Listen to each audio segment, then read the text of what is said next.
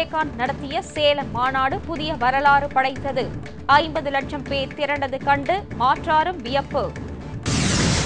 எல்லா ஊர்களில் இருந்தும் சேலம் வரை வண்ண வண்ண பேனர்கள், வரவேற்பு பதாகைகள். கின்னஸ் சாதனை படைத்தனர் கழக தோழர்கள். ஆப்கானில் போர் பகுதிகளில் பணிபுரியும் இந்தியர்களுடன் சந்திப்பு. எஸ்.எம். கிருஷ்ணா பாராட்டு. ஸ்பெக்ட்ரம் ஊழலை மறைக்கவே கபில் சிபலுக்கு தொலைத்தொடர்புத்துறை. பிரகாஷ் காரத் குற்றச்சாட்டு.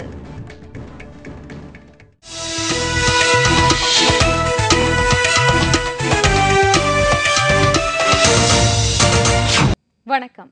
விரிவான செய்திகள்.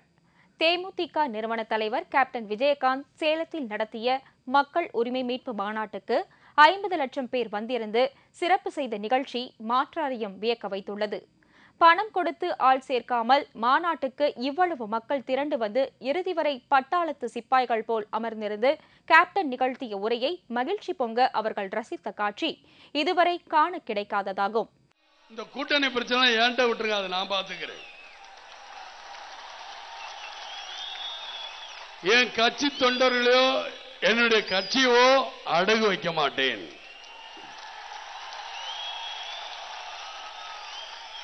இன்னைக்கு வரைக்கும் நான் அடகு வச்சிருக்கேன்னா சொல்லுங்க பார்க்கலாம்.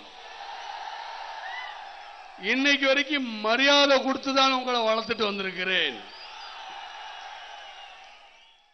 இந்த மாநாட்டை வெற்றி பெற செய்த கழக தோழர்களுக்கு கேப்டன் விஜயகாந்த் தனது மனமார்ந்த நன்றியை தெரிவித்துக் கொண்டார்.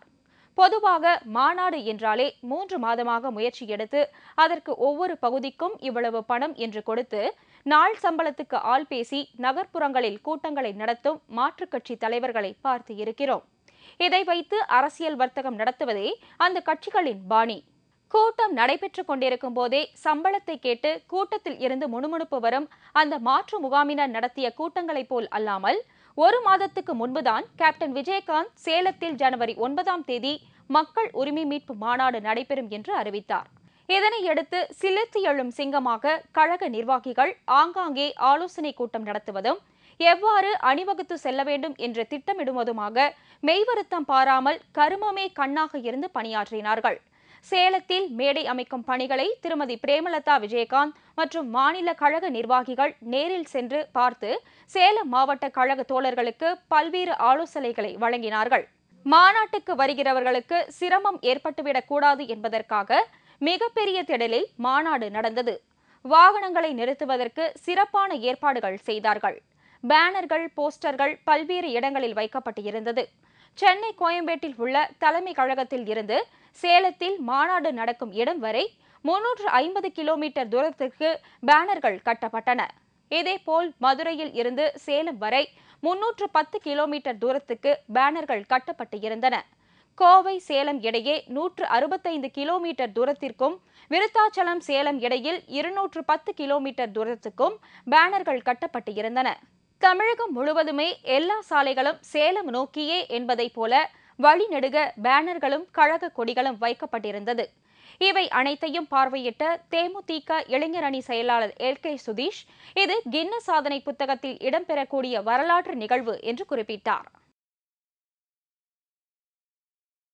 ஏறத்தாழ அனைத்து பத்திரிகைகளும் சேலத்தில் நடைபெற்ற மாநாட்டில் கேப்டன் விஜயகாந்த் நிகழ்த்திய உரைக்கு முக்கியத்துவம் கொடுத்து செய்திகள் வெளியிட்டுள்ளன. தினமலர் நாளிதழில் முதல் பக்கத்தில் தலைப்பு செய்தியாக சேலம் மாநாட்டு செய்தி வெளியிடப்பட்டது. பேனர்கள் அமைப்பதில் கின்னஸ் சாதனை நடத்தியிருப்பதாக தினமலர் எழுதியுள்ளது.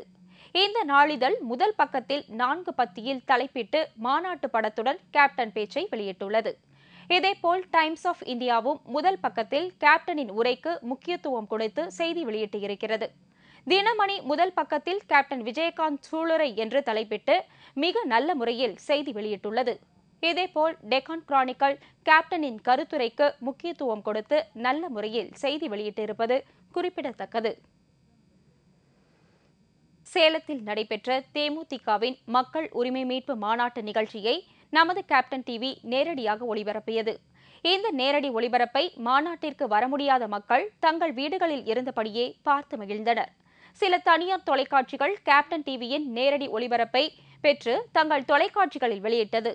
தொலைக்காட்சி மற்றும் இணையதளங்கள் மூலம் கேப்டன் விஜயகாந்தின் உரையை கோடிக்கணக்கானோர் கண்டு ரசித்தனர். மக்களின் பெருவெள்ளத்திற்கு இடையே சேலம் தேமுதிக மாநாடு நேற்று மாலை பொழுதில் சிறப்பாக நடைபெற்றது. கொடியேற்றத்துடன் தொடங்கிய மாநாட்டில் ஏராளமான தொண்டர்கள் ஆர்வத்துடன் கலந்து கொண்டனர். நிகழ்ச்சி நேற்று மாலை கேப்டன் டிவியிலும், கேப்டன் மீடியா.in, dmdkparty.com ஆகிய இணையதளங்களிலும் நேரடியாக ஒளிபரப்பு செய்யப்பட்டது. இதனை தமிழகம் மட்டுமல்லாது வெளிமாநிலங்களை சேர்ந்தவர்களும் வெளிநாடுகளில் வசிக்கும் தமிழர்களும் கண்டு மகிழ்ந்தனர். கோடிக்கணக்கான மக்கள் இந்த நிகழ்ச்சியை கண்டு மகிழ்ந்ததன் மூலம் ஊடக ஒளிபரப்பிலும் சேலம் மாநாடு தனி முத்திரையை பதித்துள்ளது. ஆப்கானிஸ்தானில் போரினால் பாதிக்கப்பட்ட பகுதிகளில் பணிபுரியும் இந்தியர்களை மத்திய வெளியுறவுத்துறை அமைச்சர் எஸ்.எம். கிருஷ்ணா வெகுவாக பாராட்டினார். 2 நாள் பயணமாக ஆப்கானிஸ்தான் சென்று இருந்த மத்திய வெளியுறவுத்துறை அமைச்சர் எஸ்.எம். கிருஷ்ணா அந்நாட்டு அதிபர் அமித் கர்சாய் உட்பட தலைவர்கள் பலரை சந்தித்து பேச்சு நடத்தினார். இரு நாட்டு உறவுகள் குறித்தும் ஆப்கானிஸ்தானில் மேற்கொள்ளப்பட்டு வரும் வளர்ச்சிப் பணிகள் குறித்தும் இந்த சந்திப்புகளின் போது விரிவாக விவாதிக்கப்பட்டது.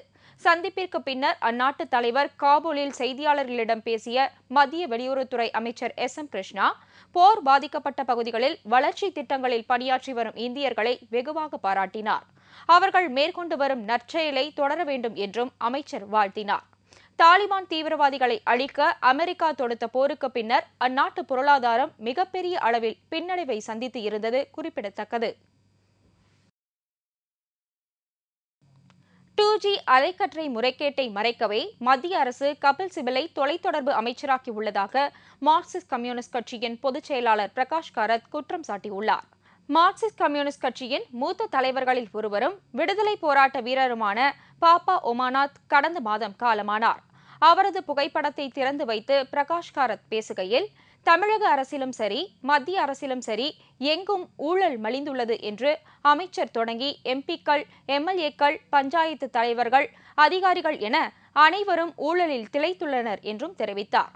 2G அலைக்கற்றை ஒதுக்கீட்டில் நாட்டிற்கு 1,76,000 கோடி ரூபாய் இழப்பீடு ஏற்பட்டுள்ளது என்றும், ஊழலை எதிர்த்து இடதுசாரி கட்சி உட்பட அனைத்து எதிர்க்கட்சிகளும் பல்வேறு போராட்டங்களில் ஈடுபட்டு வருகின்றது என்றும் அவர் கூறினார். 2G அலைக்கற்றை முறைகேட்டை மறைக்கவே மத்திய அரசு கபில் சிபலை தொலைத்தொடர்பு அமைச்சராக்கியுள்ளதாக பிரகாஷ் காரத் குற்றம் சாட்டினார். கேப்டன் விஜயகாந்த் சேலத்தில் நடத்திய தேமுதிகவின் மக்கள் உரிமை மீட்பு மாநாட்டில் நடைபெற்ற கலை நிகழ்ச்சிகள் கண்ணையும் கருத்தையும் கவரும் வகையில் அமைந்திருந்தன. அதிலும் கேரள ஆண், பெண் கலைஞர்கள் சேர்ந்து கெண்டை மேளம் இசைத்த காட்சி மறக்க முடியாத அற்புத காட்சியாக அமைந்தது.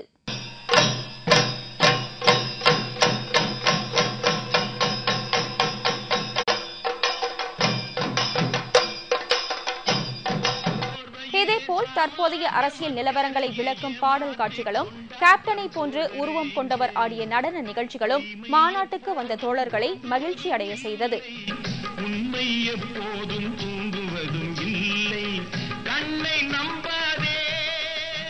புரட்சித் தலைவர் எம்ஜிஆர் போல் வேடமிட்டவர்கள் பங்கேற்ற நடன காட்சிகளும் நடைபெற்றன.